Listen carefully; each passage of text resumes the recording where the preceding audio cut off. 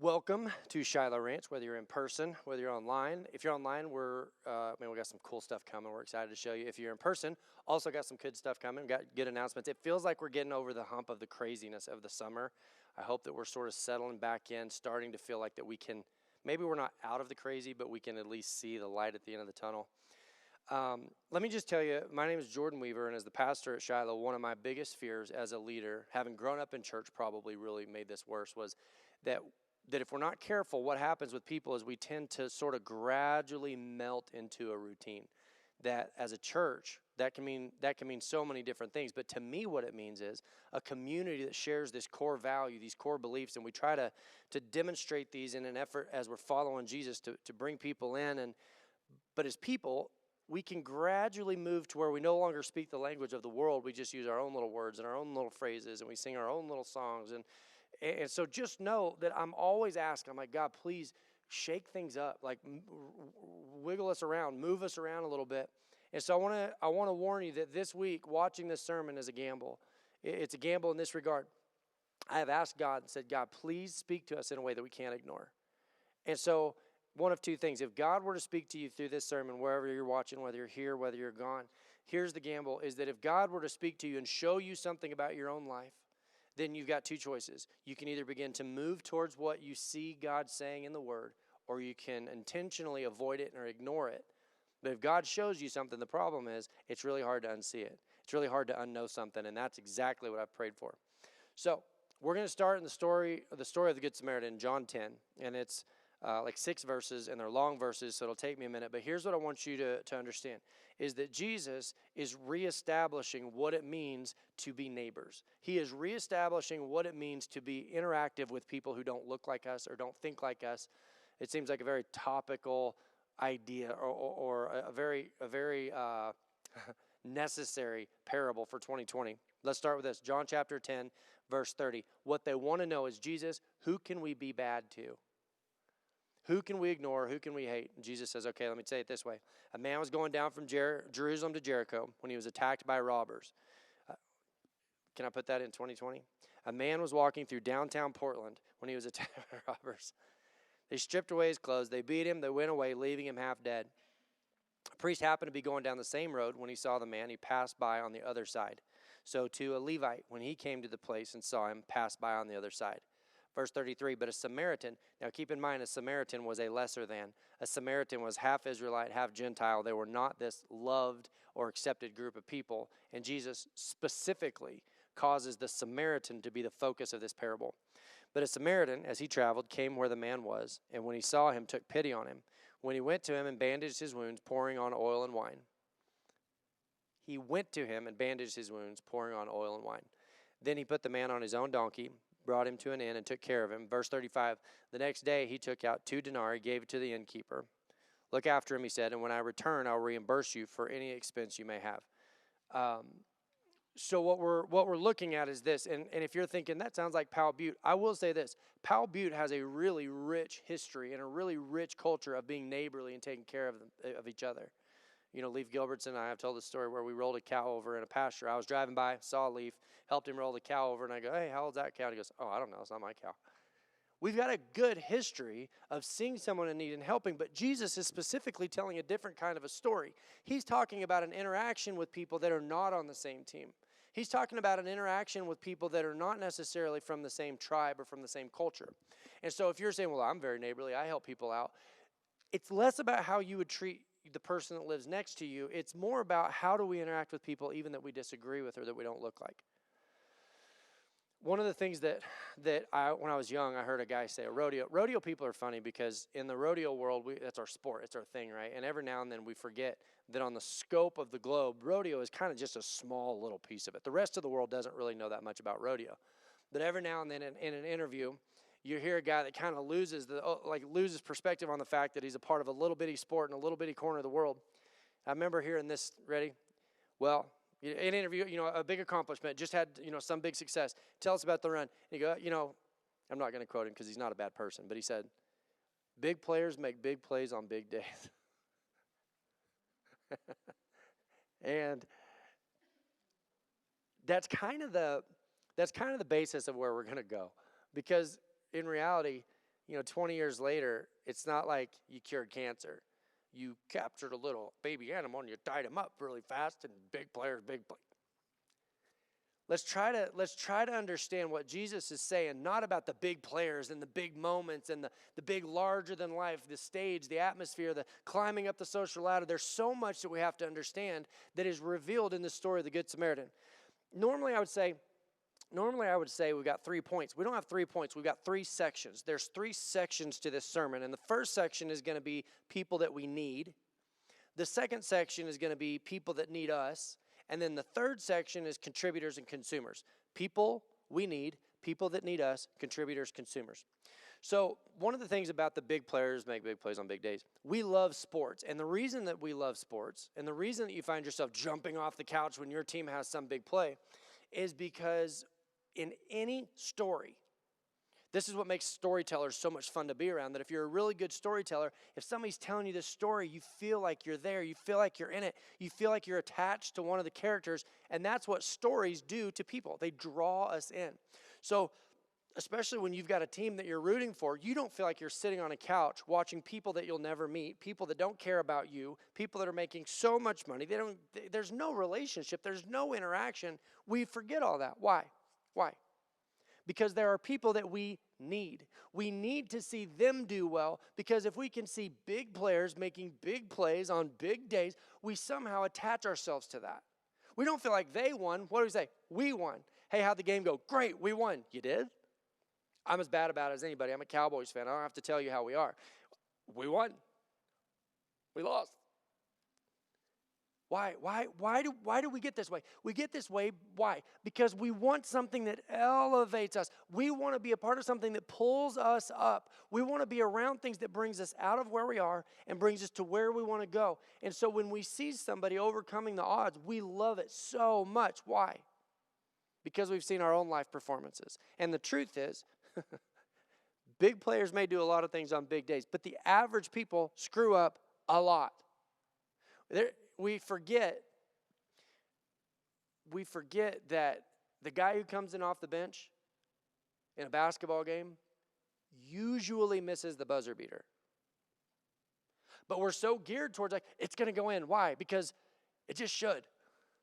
Because if it goes in, and he's an underdog, and he was supposed to fail, but he succeeds, we feel like that we are a part of that. Do you see how we attach ourselves? It's a human emotion. We attach ourselves to something so that we feel better about ourselves. We forget that usually that guy doesn't even get to hold the ball at the buzzer because he's going to miss. The golfer that comes in out of nowhere that's having a good day is probably going to put a ball in the water at some point.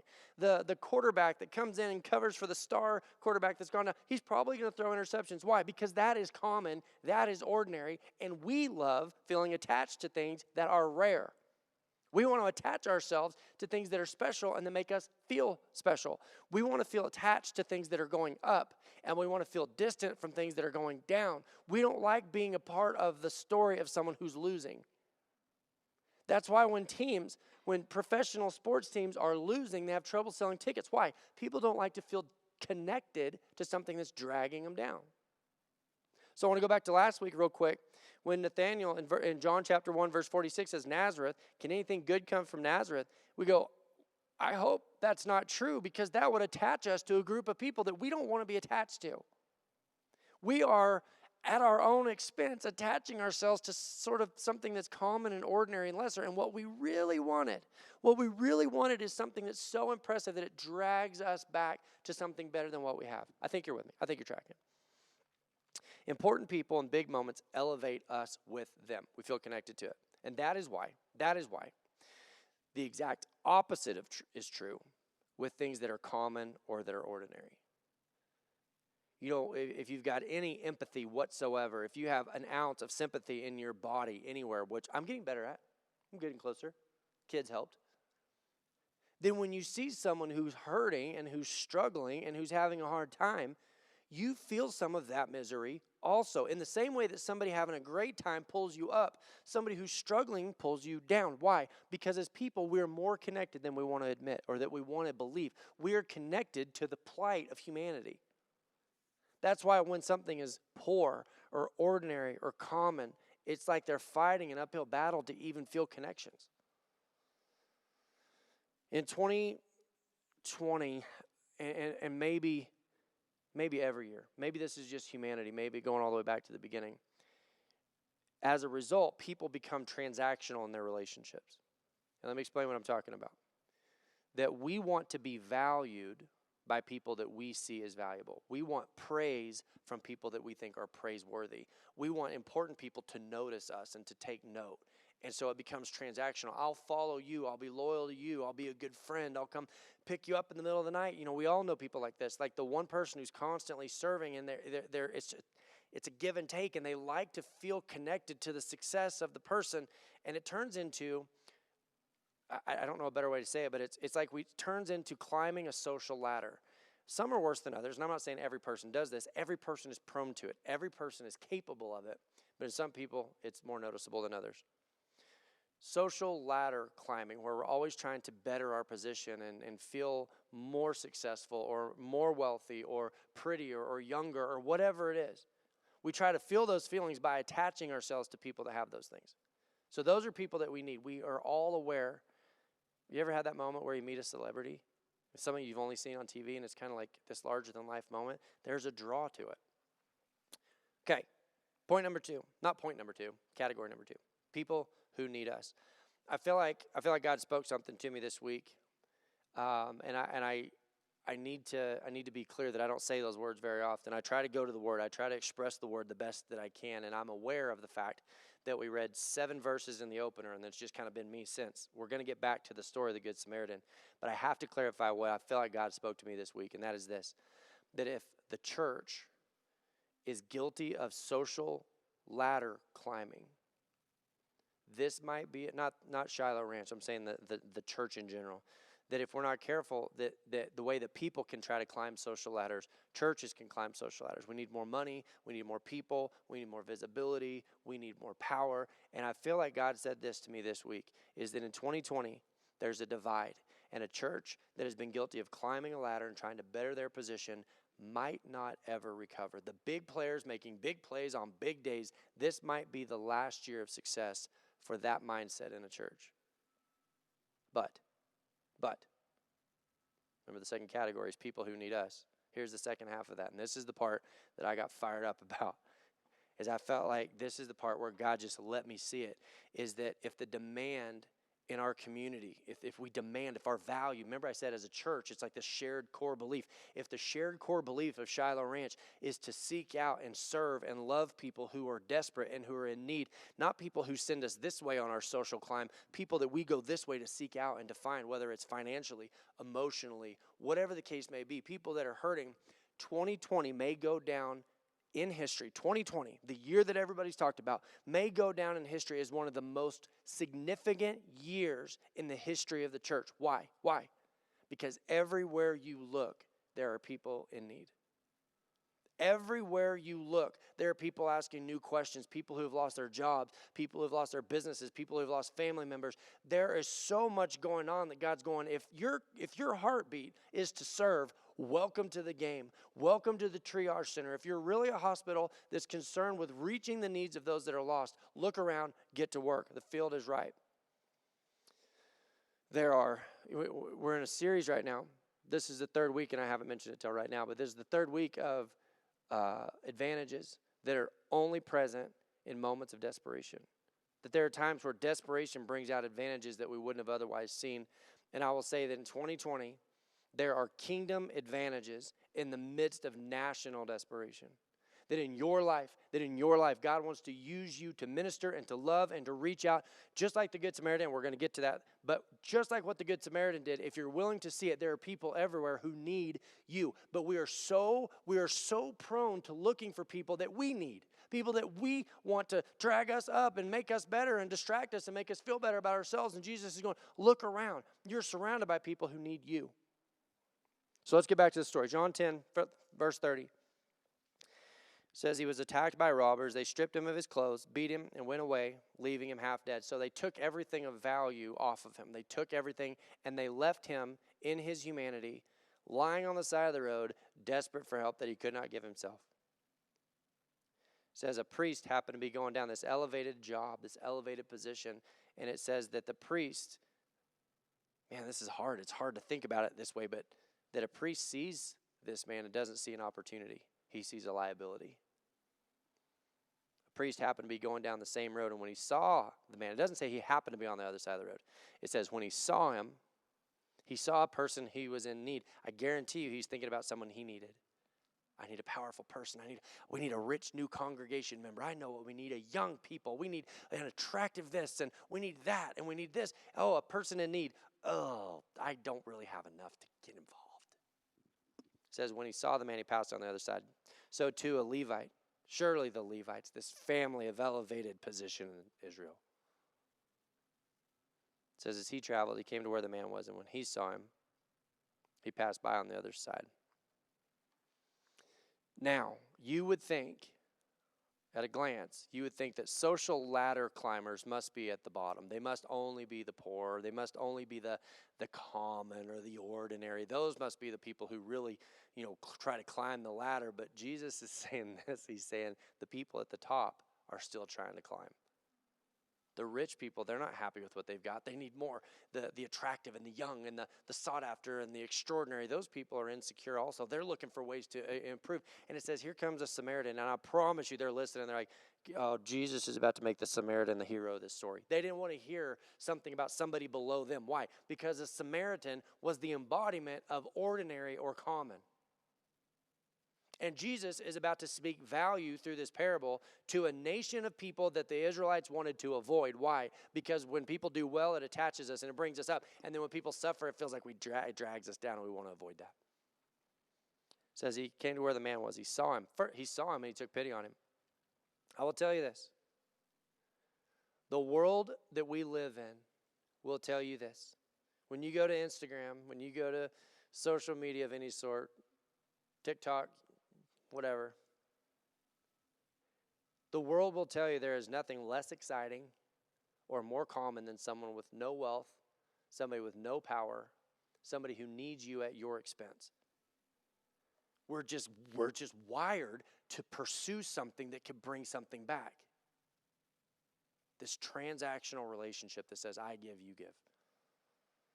And I think like the traditional concept of relationships. Now listen, when I'm saying relationships, I'm not talking about people you run into in the church. I'm talking about people you run into in the grocery store. I'm talking about ordinary, common, blue-collar people. We talked about the hero syndrome, but I'm not even talking about heroes, because sometimes heroes we don't even meet. I'm talking about the community of people that we surround ourselves with. If we're not careful, we become social ladder climbers. We're always appealing to authority. Well, I know more than you do. Well, I have more than you do, and you have to pursue me because that's what I do. And I see people that are important. It turns into this just weird, gross, opposite demonstration of Jesus. And the reason that the world says it doesn't hold value is because it's not hard to find. Ordinary people, common people are everywhere. But the Samaritan sees a man in need, and he does the opposite of ladder climbing. He descends. He goes down. He says he sees a person, but he doesn't see his stature. He doesn't see his wealth. He doesn't see his race or his gender. It says that he sees a person, and what does he see? He sees the person, and he recognizes that person's humanity. He sees humanity in someone who looked different than he did.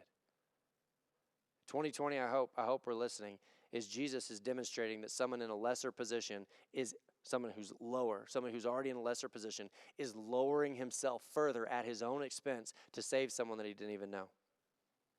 It says he went to him and bandaged his wounds, pouring oil and wine. Then he put the man on his own donkey, brought him into the inn, and took care of him. Verse 35, the next day he took out 2 denarii and gave them to the innkeeper, said, look after him. So not only does this guy give oil and water, not only does he let this guy ride his donkey, not only does he take him to the inn out of his own pocket, he's giving more to someone that he doesn't even know. Now, keep in mind, Jesus is telling this story for a reason. Jesus is walking us through this concept for a reason. Why? Because it goes against our natural humanity. And you go, well, I help people. Hear me. The natural knee-jerk and our human stance, our human position, is literally to help somebody but want a little bit of credit for it. It's not at our own expense. It's that we give a little bit so that we can get the recognition. It's a human struggle to help somebody who has no chance of helping us back. People who need us. I will say that in a general sense, I don't think of the Bible, I don't think of the gospel as being prescriptive. I think most of what we find is that Jesus is saying, I'm doing it, I'm giving it to you. But this story is specifically different. This story is absolutely different. If you're listening and you're going, well, I can't because this, or I wouldn't because this, or whatever the excuses were for why we dismiss ourselves, Jesus ruins that for us in telling this story, because he doesn't talk about the Samaritan's wealth or stature or all the things that we can't control. Jesus is talking about the choices of the Samaritan. He talks specifically about the choices of the Samaritan, and that's something people cannot take away from you. So if you're listening to this story and trying to dismiss yourself, Jesus has got us cornered. This story is very, very specifically prescriptive. Listen to this. Verse 36, which of these three do you think was a neighbor to the man who fell into the hands of robbers? Verse 37, the expert in the law said, the one who had mercy on him. Jesus said, go and do likewise. Jesus is saying, this is what I want to see from you. I want you to stop pursuing the people that are higher up and trying to socially ladder climb. Why? First of all, it's gross. No one likes to be around someone who's always, networking for the next most important person. But it's deeper than that. The sermon is about to start. And we had to get to this point before the rest of it's going to make sense. Jesus is saying, go love people in this manner. Go love people who can't love you back or can't benefit you back or don't have anything to offer. Go love those people. But why? It's hard to put into practice. Here's our third column for you guys keeping notes. Consumers and contributors. Jesus is talking about this Samaritan who was willing to see someone who needed him and act on that person's behalf. But this is where it starts to unfold. This is where it gets so beautiful in my mind. Let's go to James chapter 2, verse 2. It says, my brothers and sisters, believers in our glorious Lord Jesus Christ, must not show favoritism. This is James. He's writing this to the church. He's saying, you don't show favoritism. Suppose a man comes into your meeting wearing a gold ring and fine clothes, and a poor man in filthy old clothes also comes in. If you show special attention to the man wearing fine clothes and say, here's a good seat for you, but say to the poor man, you stand there or sit on the floor by my feet, have you not yourselves discriminated amongst yourselves and become judges with evil thoughts? Now, you hear that, and it's easy to hear it this way. Don't you show favoritism.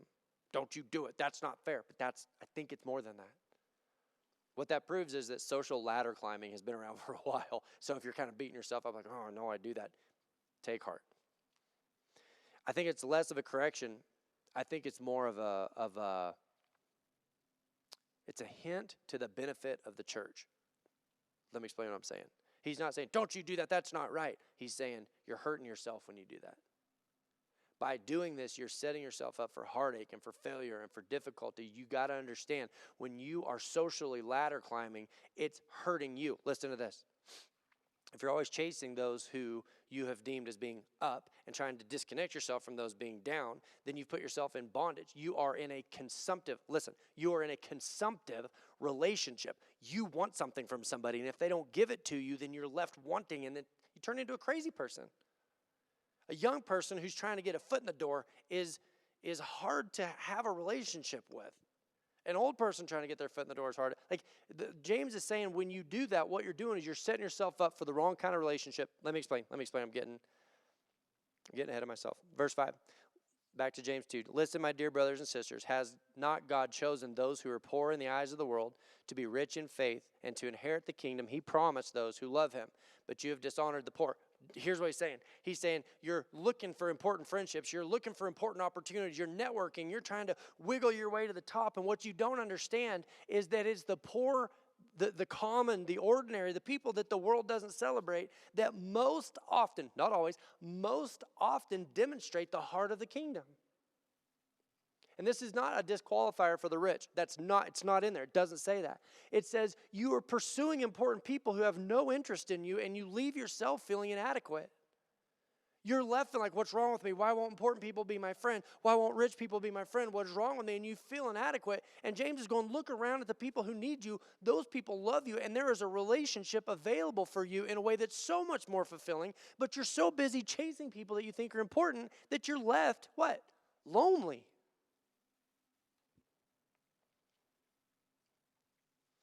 But then it says this. This is James. Is it not the rich who are exploiting you?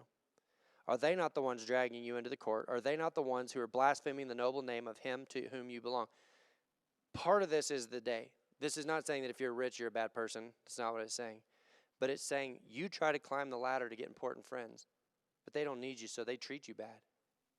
They treat you terrible, and you're left feeling inadequate. Meanwhile, why? Because the people that you think that are important, they're still trying to climb, and it's this cycle that never ends. It's this circle that goes inward until everybody's miserable, and God's going, James is explaining, like, hey, the social ladder climbing, the problem is you're climbing a ladder leaned up against the wrong wall. You always chase important people, and they take advantage of you. Why? Ready for this? This is the sermon right here. This is the sermon. Is that we feel drawn to people that we think will give us opportunities. Why? What are we saying? What are we saying? What are we boiling it down to? Let's wipe the slate clean. Take everything off the table and just clean it off for a minute. If you got notes, just clear the page for a minute. Here's what it's saying. James is warning us that when we see powerful people, we think maybe there's another way to the life that we wanted that doesn't have to require us to go through God. Maybe there are people that could open doors. Maybe there's wealth that could open doors. Maybe there's fame that could open doors, and I won't have to go through God to get it.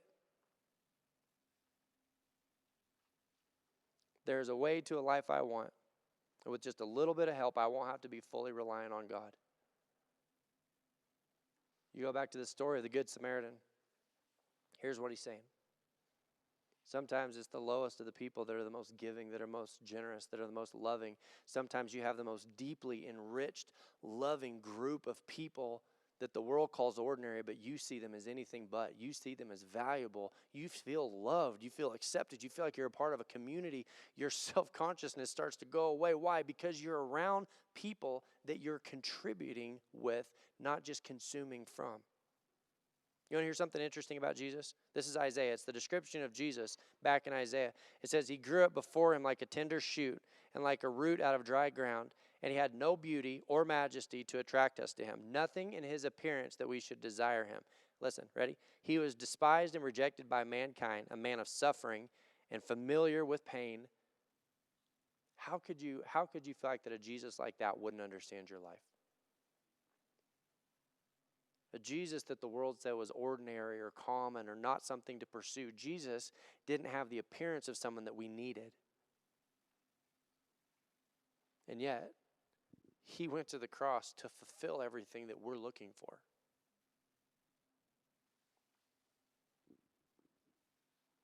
Big players make big plays on big, okay. I would say that kingdom-minded players, if the goal is to place Jesus in your focus and love the people that he brings into your life, and there's a practical application. Not that rich people are bad. That's not what it's saying. It's every time you pursue and you serve, you don't want friends. You want masters. Tell me what to do. Tell me what to wear. Tell me what to say. And God's going, just love the people that I brought into your life. I would say that kingdom-minded players make the same play every day to anybody they come across. I know that sounds so simple, but the truth is, I think sometimes as a church, if we're not careful, we're looking to the heroes or the experts, and God's going, I've got ordinary people that will change your life. And here it is, ready? Because of what Isaiah 53, he said, Jesus did it all.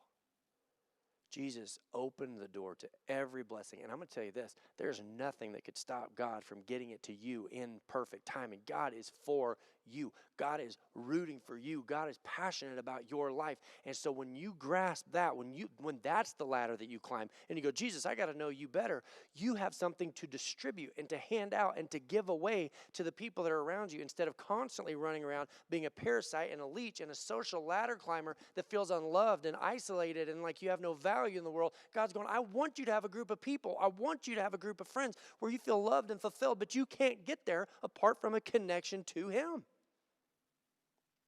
It's a practical application. That instead of pursuing the people that we think we need, we love the people that need us or that we're around or that God brings in. And instead of being a consumer, God turns us into a contributor. And we operate in a more loving environment. We are no longer the networkers just looking for the next most important thing. Back to what I feel like God told me about the church is there are people who need what God's doing in our life. I'm going to end it with this. When people say, well, I don't know if I want to come to church because I'm not sure about the video. I don't think you understand what you bring to the table by being here. That when you walk into the door, you bring a value that only you can bring. And I think the enemy is so capable of tricking us into thinking that we come in here to consume. And we miss the fact that God's bringing us into a group of people to contribute, and that we're valuable, and that we add meaning and life to the people that we're around. The Good Samaritan, the reason that he found so much value in this parable is not because of what he consumed, but what he contributed. Let's pray. Lord, I know there's a lot, as far as material, there's a lot of material. But God, at the end of the day, would you show us the places where we're trying to climb ladders, where we're trying to be around important people, or, we want to believe that we're important, so we want to rub shoulders with people that make us feel better, the people that we try to attach ourselves to drag us up because we feel like there's this emptiness. God, if you would allow us to fill that emptiness with you and with your presence, that, God, we get to be the person that administers you to those around us. God, that the kingdom concept of friendships and relationships and meaningful community is not that we rob from each other, but that we contribute to each other, that we have meaningful, loving, personal relationships with the people that you bring into our path. That, God, some of the deepest, most rich friendships were based in just ordinary circumstances with ordinary people leaning in and loving each other, loving you, loving each other. God, let our church be a church that sees 2020 as an opportunity to love the people who need to see and hear and know about you and what it is that you offer. Don't let us be a church who's trying to climb a ladder of numbers or people or finances. God, send us to people who need a clear picture of you. Allow us to clear that simple path so that they have a relationship with you. Pray in Jesus' name, amen.